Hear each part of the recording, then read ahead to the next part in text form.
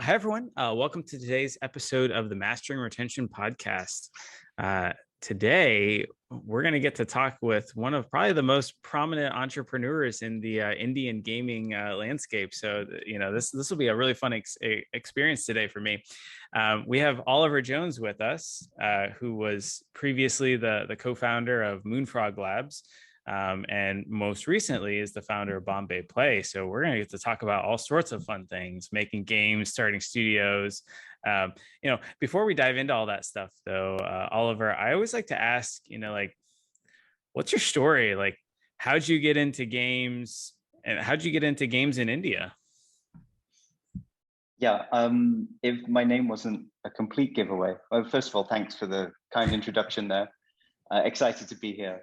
In case my name wasn't a complete giveaway, I'm not from India originally, although it does appear I'm here and committed for the long term, getting married in December to somebody from India in Jaipur, and Congrats. but it was quite by chance I did end up here in the first place. Almost fresh out of college, got a job offer from Zynga to be a game designer. But the position was in India, in Bangalore, where I am still today. And perhaps being young and foolish, decided to take a leap of faith. And Zynga was a very exciting, and still is, to be frank, very exciting company. So couldn't miss the opportunity. And really from there, I think working with some very talented people in the India ecosystem who've sort of now gone on to, I think that first team at Zynga has gone on to be called sort of the Zynga Mafia, and has sort of founded a bunch of companies within India that have gone on to sort of be unicorns and things. So it definitely was an entrepreneurial vibe over there, as by hook or crook, we sort of ran live ops on very large games, which we were woefully underqualified to run. Learned very fast, and then soon figured how to do it ourselves and went on our way, I suppose. Love it. Tell me a little bit about, so you might actually be like the first serial entrepreneur I've had on here. So tell me about, Moonfrog Labs. Like, how did that come about? Sure. So Moonfrog Labs had a pretty simple mission statement. We saw all these games being these social games sort of being disseminated around the world, and we saw that game developers were not really thinking about the geographic relevance of the content they were creating. Mm-hmm. And we thought, hey, India's an up and coming country, lots of people coming online. There was a big boom happening at the time in terms of sort of smartphone adoption, and so we thought we'd try and ride that wave by using best practices that we learned at Zynga and building content for India. So we a group of us in the halls of Zynga sort of conspired to build this company, and months of planning, and then we finally decided to take this leap of faith. And our first game was a flop, so I'll skip over that. But you should always expect. Well, everyone's got to have that. Everyone's got to have that flop first. What was your flop? We made like a bingo game, and it was like super late to the market. And the art wasn't very good. It was very buggy, and for some reason we decided that we'd also design it for tablets first, which I think at the time the iPads, India, nothing was matching. So anyway, but we focused. I think after that failure, and we had sort of just a few more months of runway. Really, we decided to really focus on what we thought would work and what was our big bet. So that's when we landed on this Indian variant of poker, which was called Teen Patti, and we pretty much built and launched that.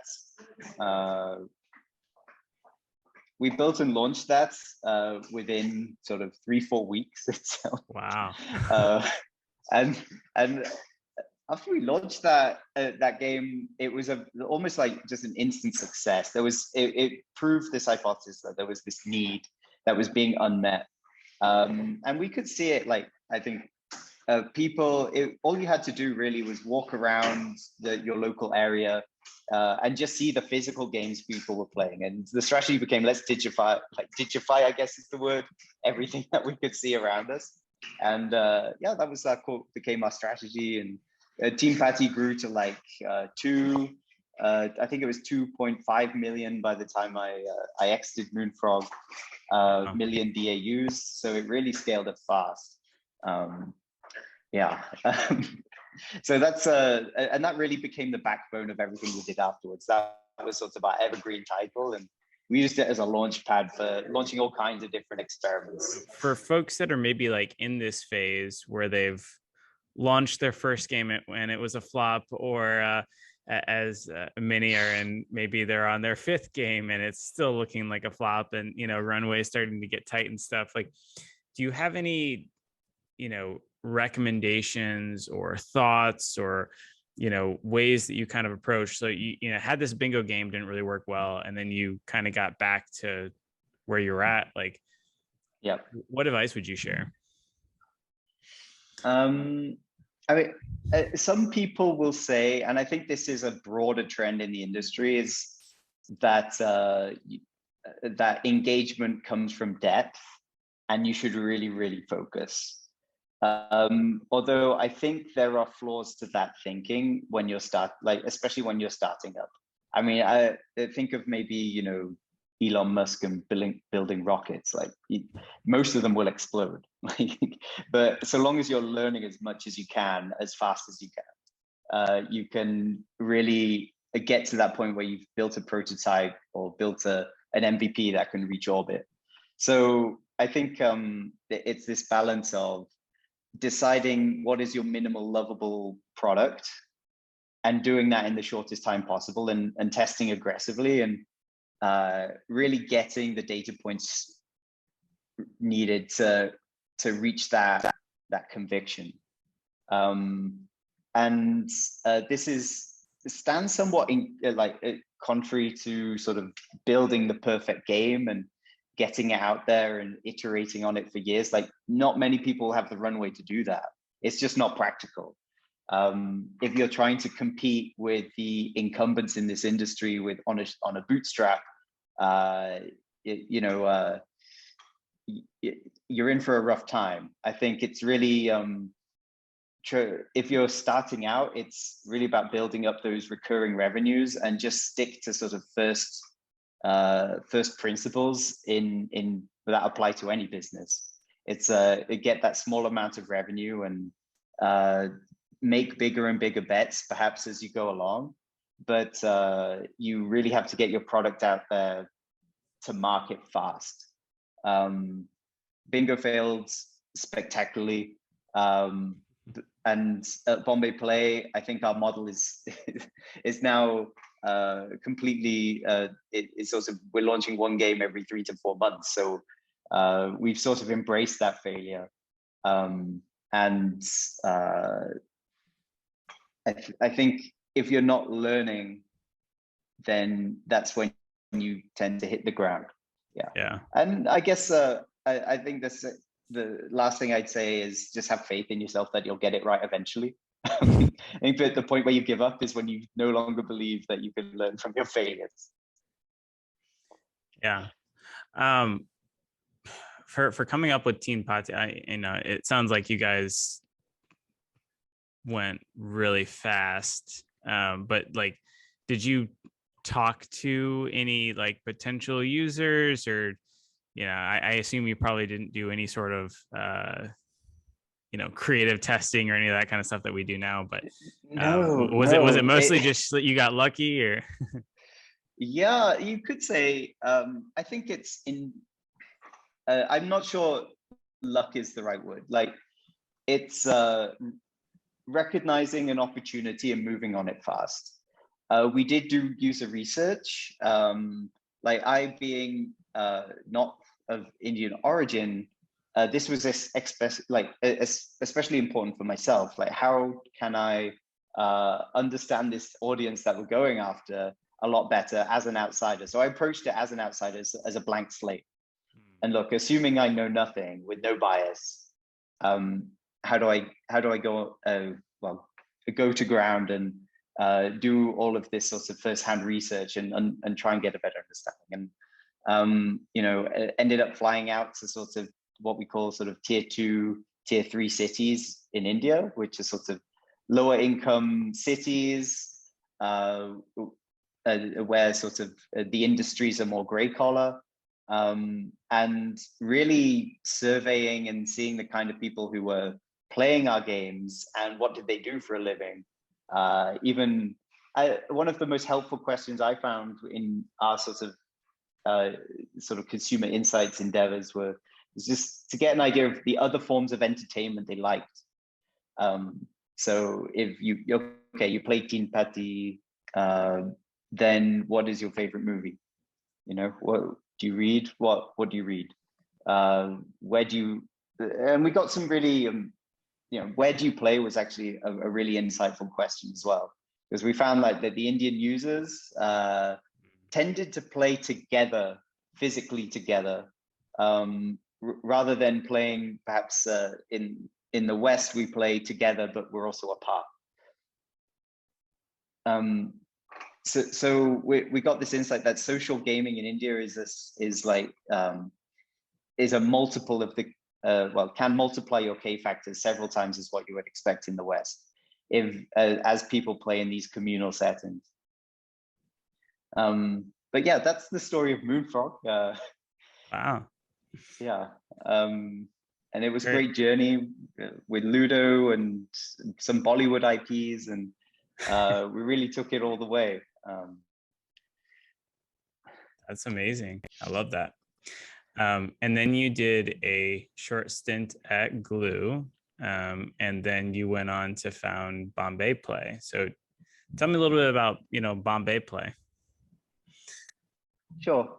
Bombay Play is really a bet that, having worked in India now for a decade, and seen the sort of talent that's around, it's really a bet that it's possible to build this global gaming studio in India and sort of consolidate the best talent we can find and create games.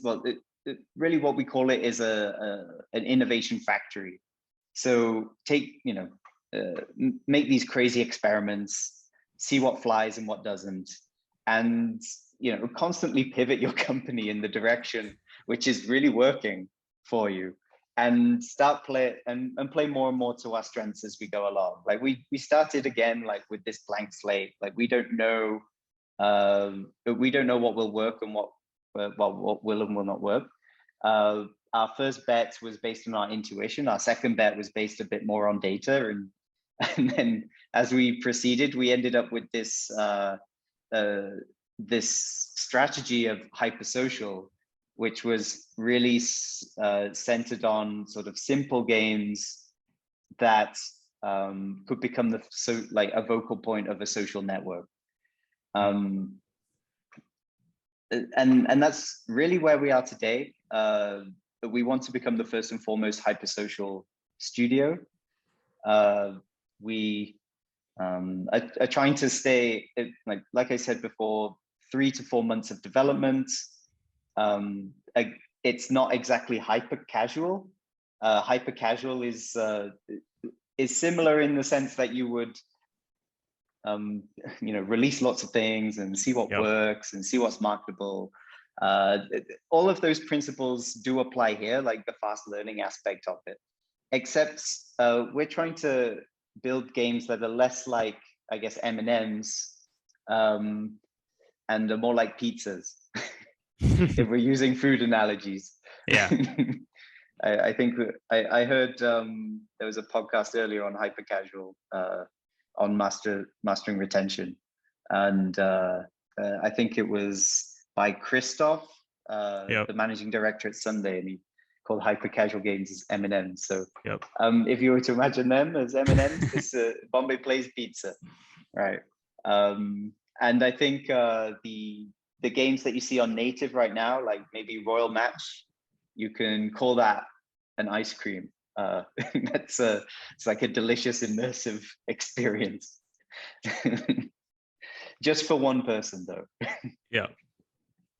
So almost like, you know, your weekly board game night or something, but you know, a large part of that board game night is not really playing the board game. It's that, you know, all your friends kind of come and you get to eat a pizza and hang out, and like, yeah, you play some board games and stuff too, but it's more about the social context, so to speak. Exactly. And the board games can be very simple in nature. So the first game that Bombay Play released was a kind of spin on the popular Uno game. Mm-hmm. It was like, we knew this was a popular mechanic that hadn't really changed in years. So we decided to release a game called Card Party. And it's like, you can imagine as Unos with witches and wizards and tornadoes. And the same philosophy is, you know, get people around a table, get them playing a card game. And you know, we saw amazing session times, you know, like over 30 minutes on the first session. Wow. And yeah, which was, it really validated what we were thinking. And from the reviews itself, more qualitatively, one of the major feedbacks we got, especially during the pandemic, was, yeah, this game allows me to play with my kids, allows me to reconnect with people. And we felt like we were doing, like, especially during the pandemic, we were doing this social good. We were making games that people could play together. Yeah. And we sort of found our mission there. And I think in the, you know, board games is another great category for that. And now we're moving more towards sort of asynchronous social and PvP social. And I think more recently the trend has been daily puzzles, sort of what is the communal social event that we can all, or what is the communal puzzle we can all solve together. Like a words with friends, or, you know, is this like a, can I beat you at the puzzle, or is this kind of a work together on solving the puzzle? Yeah, well, the story is always different, and we try and craft the story depending on the game. But I think the PvP, I think, is a bit overdone. The PvP motivator is like, I beat you. That is quite a generic story, and it's quite aggressive. Or the brag, like, I just leveled up. That's great, but who cares, you know? Where the daily puzzle really works, I think the best example here is Wordle. So we all have the same puzzle, and I can share my journey in solving that. So that's actually a very powerful story that for me to share. Like, did I struggle? Did I find it easy? Did I fail it completely? Lots of different permutation combination in that story. But also, it's the secret as well. Like, I can know a secret word that you do not know, and everyone wants to be in on. Nobody wants to be left out of the story of the day. So hence it drives more people to the app. So we think this is a very interesting format to experiment with different game types as well going forward. Yeah, that's super interesting. It almost reminds me a little bit. I'm trying to remember the company. It was one of those that it was picked up either by Stillfront or Embracer Group. I can never keep up with all the acquisitions that go on over there. One of those guys, yeah. Probably. But they were an Arabic focused company, and they kind of made social games, but it was like, in theory, you could like play poker together or all the other like Arab games that they kind of grew up playing. And I think they had some worldwide ones, like maybe chess and some stuff on there, but it was like kind of real time. You join in together, you can see the person's avatar, and you're just kind of all playing the game. And it was crazy popular, like, you know, again, millions of daily active users and stuff like that. But yeah, it's so difficult. It's so difficult to quit when there are other people present. Exactly. It's easy to like quit out, but you know, if you're messing up somebody else's game or something like that, especially if it's someone that you know or have built up some sort of relationship with. So Yeah, I think it's also like why PUBG and Greener Free Fire have done so well as well. Like quitting from your squad is like letting the whole team down. You don't want to be that guy. Yeah. I mean, that kept me playing Clash of Clans and Clash Royale probably for both of them several years longer than I would have otherwise. You know, I didn't do that much in them, but I still felt obligated to log in and to donate and to support them and to do my guild battles and stuff because, well, you know, they'd supported me. So it's hard to let go. Guilt makes us do these things. Yes. So tell me a little bit about Bombay Play as a whole. Like, how big are you? How many people? Where are you located? Is everyone in India? We have a team in Vietnam as well. A small team of around 3 people, mostly on marketing, and everyone else is in India. Like I said, the bet was initially when we set off, it was just to consolidate the best talent we could find in India and build this studio. We're 55 people and sort of in the core team. And then, I mean, one of our philosophies is sort of prioritize makers on the team. So like 80% of our staff are, hands-on people making games day in, day out. Yep. And anything we can outsource, we do.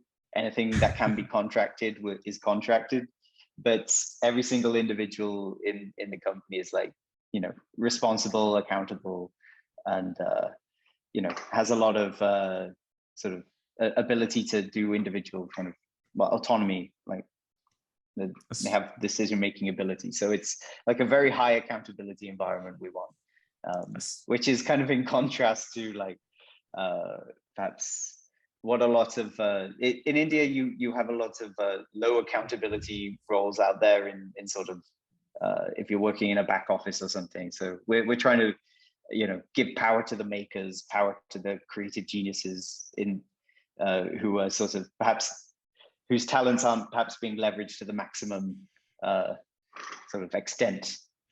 Yeah. Funnily enough, I was actually talking to a buddy of mine this morning that works at a very big gaming company, well known by everyone that is listening that I won't name. But, he was talking about how they've been losing a lot of people lately. And I asked him, like, do you know why? And I think one of the main reasons he said is they have this very heavy top-down structure where people don't have a say on what is done or why, and they just like don't develop a sense of belonging. And so when something else comes along and offers them, a higher salary or anything else, they're, yeah, why would I stay here where I, don't really feel like I fit in? So I love that kind of ownership and hands-on activity. That's great. Do you guys do a lot of live ops with your game? I don't know how live ops fits into the pizza style game. Yeah, if your pizza is super popular, I guess you need to maintain it, I guess, using that analogy, although it doesn't quite match. Upsell the breadsticks. Yeah, so we've got 3 games like Card Party, our Dice Merge puzzle game, more recently our Daily Word puzzle game. These are all maintained by, again, pretty small teams. We think a lot about keep maintaining that simplicity and increasing the engagement and monetization. Yeah. But honestly, we're trying to turn the table on what proportion of a company's resources should be spent on live ops versus building something new. So I think at Moonfrog, I think one of our learnings was, we released our Dean Patty game. It was like 80% plus of the staff, and it was like 100 plus people organization were just dedicated to this one game. And once that game hit its maximum, then what? Like, we didn't know how to grow it anymore, but our hands were pretty tied with maintaining it. Yeah. And so the entire company is kind of fortunes relied on the 20% to come up with something new. Whereas it kind of, at least to me, it made sense to flip that on its head and to say, look, 20% into live ops and 80% into looking for the next big thing. Yeah. So that's kind of how we operate. Like, we don't think we're, we're still sort of a mid-sized company. So there's lots of room to grow. So therefore it makes perfect sense for us to dedicate most of our staff on looking for that next thing. Yeah. No, it sounds like it might be close to the Supercell's new approach, where, I know they acknowledged recently that they had too few people on these, massively huge games, and they weren't able to like keep up with them. And so now when they find a hit, they're going to scale up the live ops team a little bit, but still most of their employees are still in small game teams working on trying to find, what is our next Clash of Clans or what have you. Yeah, that's cool. Curious, like, have you guys ever considered hiring international, US, Europe, starting studios elsewhere, or, bringing folks in? Yeah, since we've gone sort of completely hybrid, we've sort of, first we've started locally with Vietnam, and I think when looking a bit more broadly, we are looking for sort of to fill some very key roles. Right now we're looking out for a chief operating officer to help us run so many small teams who are looking for the next big thing. So sort of people in sort of executive producers, designers, in fact, even sort of people who are interested from any kind of vertical, to be honest. We'd be looking to hire from all over. We see no reason to limit ourselves to India anymore, even though this is where sort of the HQ is and where we'll always be based. But it's arbitrary, and we've realized it's arbitrary to be in one country now. So we've really opened up the doors. That's cool. That's cool. Okay, so now I want to ask you just some general questions of like, so you kind of have this hypothesis with Bombay Play, right? Which is, we believe that if we create these kind of social engaging games, we're going to be able to, find some hits and stuff. How do you come up with, new game ideas and test them and figure out that, hey, this is something we should, scale up to whatever? Like, what's your process? Because I think a lot of people are in this realm, and it seems like lately it just keeps getting harder and harder to soft launch and successfully launch a game. So there's just so many people that are struggling with this right now. So I'm curious, like, what's your team's process to being able to come up with a new game idea and then actually getting that to launch? Yeah, this is where we're pretty radical, actually. But we like radical. But the process of coming up with an idea will always be a murky one. It's you can either take a very analytical approach of a matrix approach to analyzing the market and the gaps, and then figuring out this is where a point that we can attack and we have a team to execute against it. Or you can take a more creative approach wherein you brainstorm, you genre mash, and you come up with a new, like, regardless of where these ideas come from, we're open to any process there. But then there's this process of validation, in which we adopt a rather well-known process called, the brain trust process, and which is everyone runs their brain trust a little bit differently from those that we know. I think in Supercell, the teams have a brain trust in which the teams who wish to validate an idea pick the people on their brain trust. These are the people they want to validate, and it's kind of an honor to be chosen as part of the brain trust over there. But in a small organization, we're not really like, allowing people to pick is fine, but I don't think we have enough people to pick from. So our brain trust is really just a collection of the best problem solvers we have, and people can really dive into really see problems before they emerge, before you have data, who can really draw on a long kind of history of gaming experience to anticipate what will work and what won't. And from that brain trust, we try and come to a conviction on, yes, this is a project we should be spending time on. Now, so up until that point, this is just, you can summarize that as the conveyor belt of ideas, I guess, and that will constantly be running. But now onto your second second part of your question, which was how do you get it soft launched and how do you do that fast and successfully? And it's true, it's gotten incredibly tough to do so. Soft launching in Canada, I think, was the mantra maybe 5 years ago. But now acquiring users over there is so expensive that, why would you do that? And also I think the question is, isn't that a bit of a golden cohort? Because, are users in Canada necessarily representative of the behaviors of people around the world?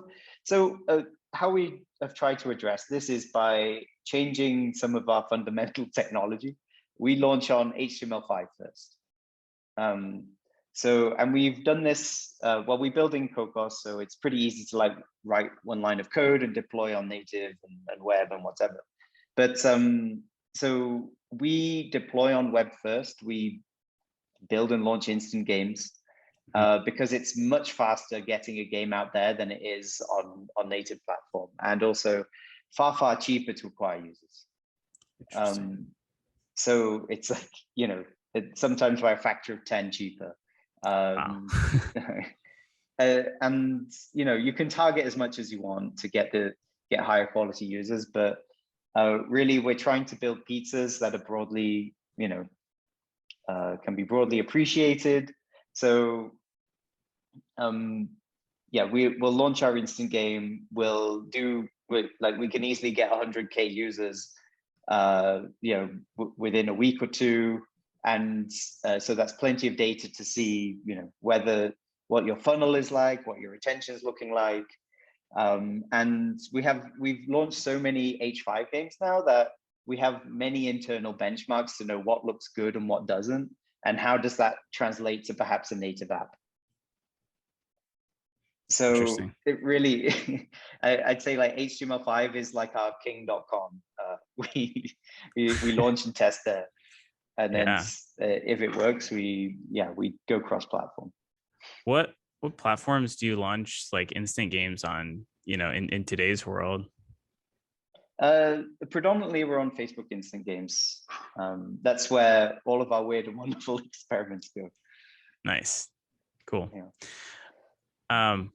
So the brain trust, did you guys steal that or borrow that from Blizzard, or did you kind of come up with it on your own? No, it's a rather well-known methodology. Okay. I first read about it in this book called Creativity Inc. I think it was written by Amy Wallace and Edwin Cutmill, and they go into detail about how Pixar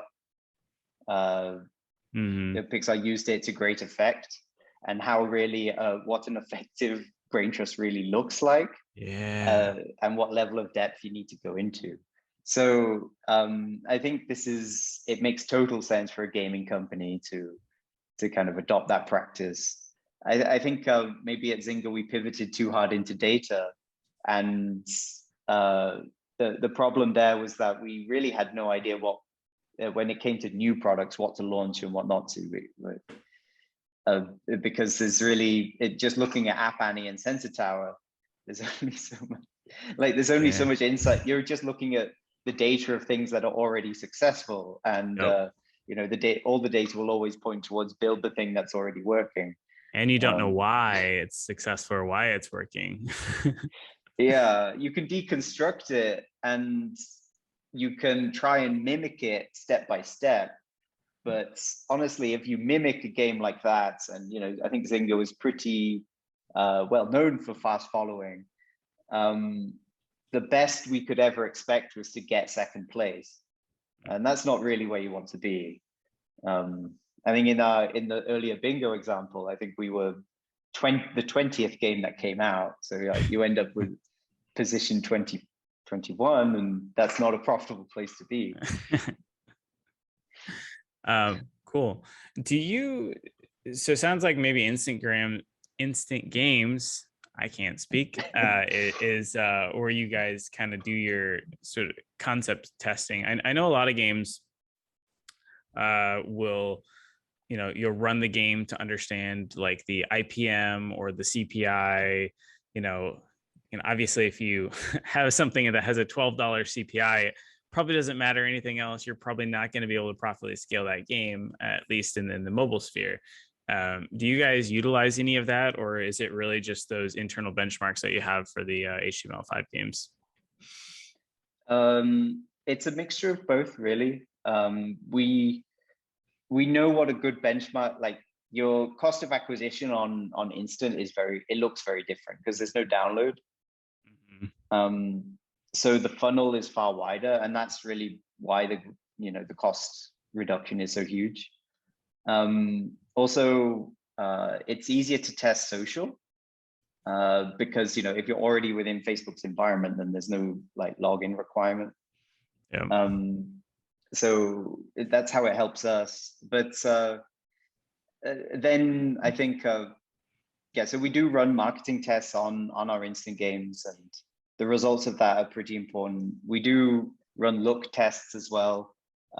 Just run the same creative with different artworks just to see whether we should be reskinning or not, in order to get those lower CPIs. I was literally just about to ask that too. It's like, yeah, so tell me about vetting art. Like obviously, like no matter how beautiful your art is, like art cannot make a good game. If you've got a broken or really boring game mechanic, like yeah, the art might get you to try the game, but then you're just gonna churn.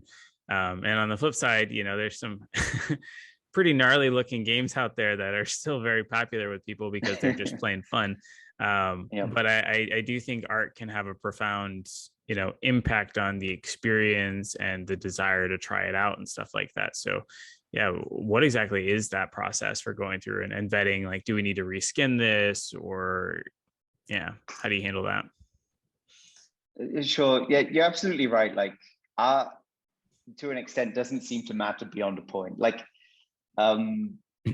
especially if you're building instant games, like you're really narrowing down what needs to be validated here. Like if you're investing, you're doing something wrong if you're investing like tons of time into art direction on an instant game. Download time is pretty important. So really it forces us to work on the gameplay almost exclusively. I mean, like you on an instant game, like I think a lot of download is so important that we're just using 8-bit PNG as like, and if you're using 8-bit PNG for your artwork, then it can't look good. Like it can't be that high fidelity, to be honest. Yep. So it's all about retention, and sure, like some people can argue that. And we've actually done this test on one of our games called Card Wars, which is like I'll describe it as it's a battle royale CCG, so it's sort of 6-player arena CCG game, and we tried it with sort of one sort of urban fantasy sort of look and another one which was pure fantasy, just to see whether retention was different. And honestly, it was like flat out the same, pretty much, once you look at 30 days. So after seeing instances like that and knowing how long it takes to reskin a game, it's actually faster in some cases to just try out a new concept and more efficient. Yeah, it's interesting. I like it. Cool. Final question kind of on this trend here. Do you guys ever go out and try to talk to players, be it focus groups or surveys or a Discord channel or what have you? Yeah, I mean, again, like we build, because we're testing fast on instant,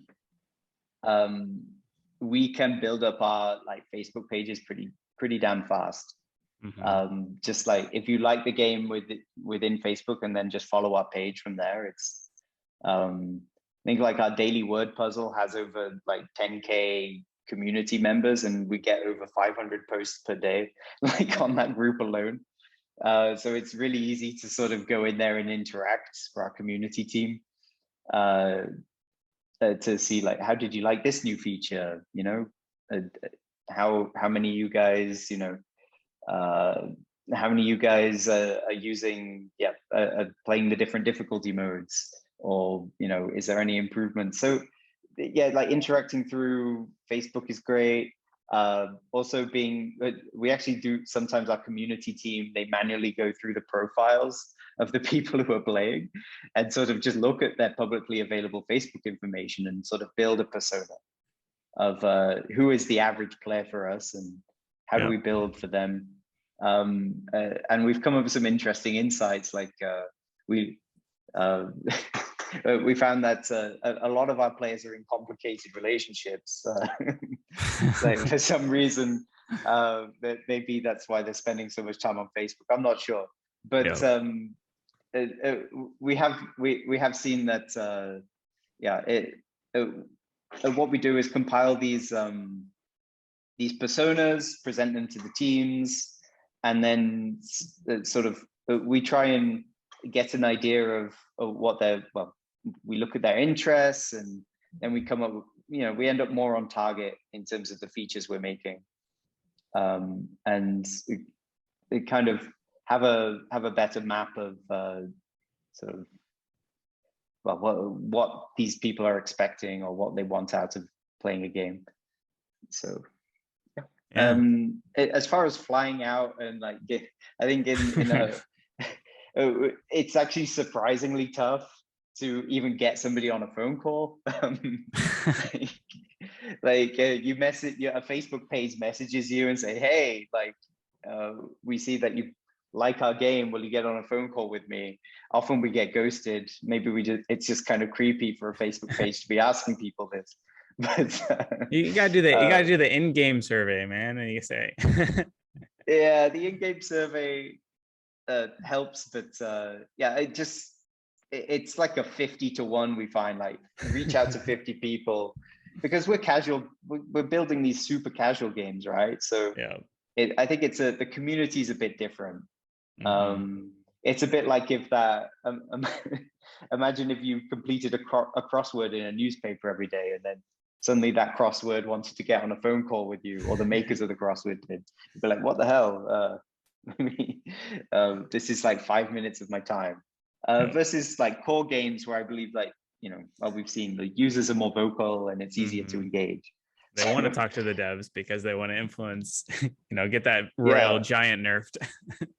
Exactly, or get the spray pattern fixed, or whatever. Like here it's like, because people are only really casually involved, expecting them to get on a phone call is like, you know, asking, you know, a casual walker to, you know, run a marathon. It's a different level. I feel that. Very cool.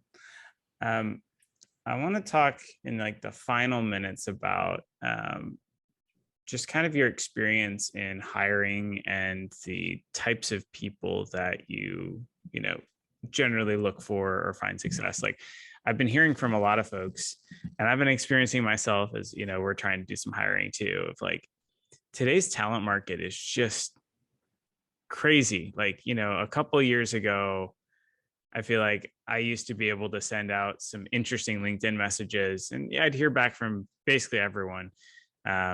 Today's world, I can do the same thing and get like 0 responses back. And, you know, I'm just kind of curious, and I don't even do it that much, but I know some people that are just drowning trying to hire people. So I'm curious, like, what's your process, and what lessons have you learned of, you know, how you find, you know, really strong, capable people to help, you know, grow the company? Because you did mention you look for these people that are, you know, kind of entrepreneurial, want to really have a lot of ownership and, you know, impact on the company. So like, how do you find those people and get them on board? It's super, like, just throwing out a post is too impersonal, and you really have to you really have to, I mean, I do it all the time myself, and I still do. Just, just to see if anyone might so happen to be scrolling past your, I don't know, your fun Pizza Friday at the office post and think, hey, this is a cool place to work. But I think that's a bit of a leap of faith if that's your hiring process. I think founders are very important, especially for the first 100 people in the hiring process. And creating personal connections with the people, understanding what their ambitions are and how they imagine their career paths. And sometimes you find some people don't know what they want out of life, and maybe you can show them, look, working with us, this is what the path could be, and maybe that matches up with something that you imagine for yourself. So I think it's working, like I've followed students through 2 years of college and then hired them after graduation. I followed people through sort of 2 job changes before they eventually came, and sort of keeping that conversation going. I think you just have to be a pro recruiter and really good at empathizing with people, and have the patience for the long term. I've been in India now 10 years, and some of the best designers on our team, people who I was giving game design lectures to 5 years ago, and they graduated, they changed jobs, and then they found us. So I know it sounds like a lot for an entrepreneur who already has so many things to worry about. Like, I've got to build this damn company and like come up with hit games and run live ops and investor relations and XYZ, but also I need to foster these deep relationships with the people I work with. Yeah. And establish a very high level of trust. So some people join Bombay Play not necessarily because of the games we're making today, but because they're aligned on what we'll be making, in the years to come. I love that. Yeah. So it's a lot about networking and stuff. Have you ever been talking to people and be like, Bombay Play isn't the right place for you, but let me make an intro to you over here and kind of, push them somewhere else that is ultimately aligned with their career? Yeah, absolutely. I think if you go into a conversation with the spirit of just, you join Bombay Play, you're dead to me. I think people are smart enough to sort of intuit your intentions. And if you go into any conversation with the intention of helping in any way the conversation goes, then it usually turns out a lot better. That's cool. So basically, if I'm thinking about starting my own studio or making a career change or anything else like that, I should just hit you up and have a conversation and kind of grow my network and, get some advice in the meantime, right? Absolutely. Please do reach out. Love it. LinkedIn, ollie@bombayplay.com. There we go. Hit me up. Oh man, I can't believe the hour is pretty much done already. I always do like to ask as the unofficial question, because we are on the Mastering Retention podcast, of course, what's one tip or trick or lesson you've learned over the years to keep players, playing games for longer? Like, how do you keep them retained and engaged? Sure. I think we touched on this a bit, but I'll go into a bit more depth, I guess. And the topic is depth. So yes. I think a lot of game creators do think that more depth equals more engagement, but I think it's the kind of depth that you're trying to make you have to be mindful of. I think there's game like mechanical depth in your game, but there's also like the depth of the social interactions that you have. Social interaction can be surface level. I send you a pig, you send me a pig, hip hip hooray. Or it could be, the process of sharing a story. This was my journey. This was perhaps the or maybe I need some help. Maybe I want to signal to my friends that I am, I am a reliable, or I am a neat person. So, look at how neatly I've arranged my, my bookshelf. It's really about the retention is, I think depth of social is often overlooked. The frequency of social is overlooked, and how quickly social loops are closed from the moment of install. Social is not like a feature you build out later. It should be something integral. That's great. Yeah. I love it. I'll leave it there if that sounds great. Sounds great. Well, cool. Well, Ollie, thank you so much for joining us today. Sounds like you guys are doing some super cool stuff at Bombay Play. And yeah, it's cool. I don't think we have many people volunteer to help on here, but yeah, if you guys are thinking about, making career change or anything else, like definitely hit Ollie up. He seems like an awesome guy. So hopefully we can have you back sometime. Thank you very much for having me, Tom. All right. Cheers, man. Bye.